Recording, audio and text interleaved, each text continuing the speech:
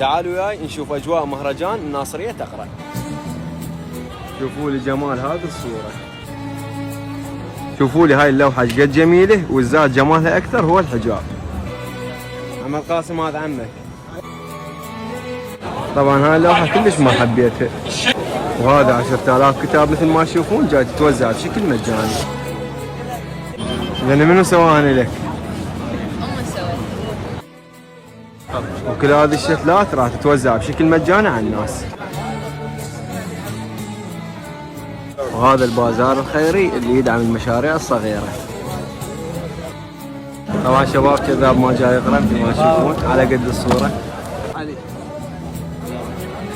طبعا انا اشتيد الرسام على هذه الفكرة.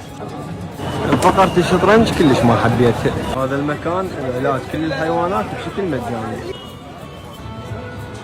والله لن تمحو ذكرنا.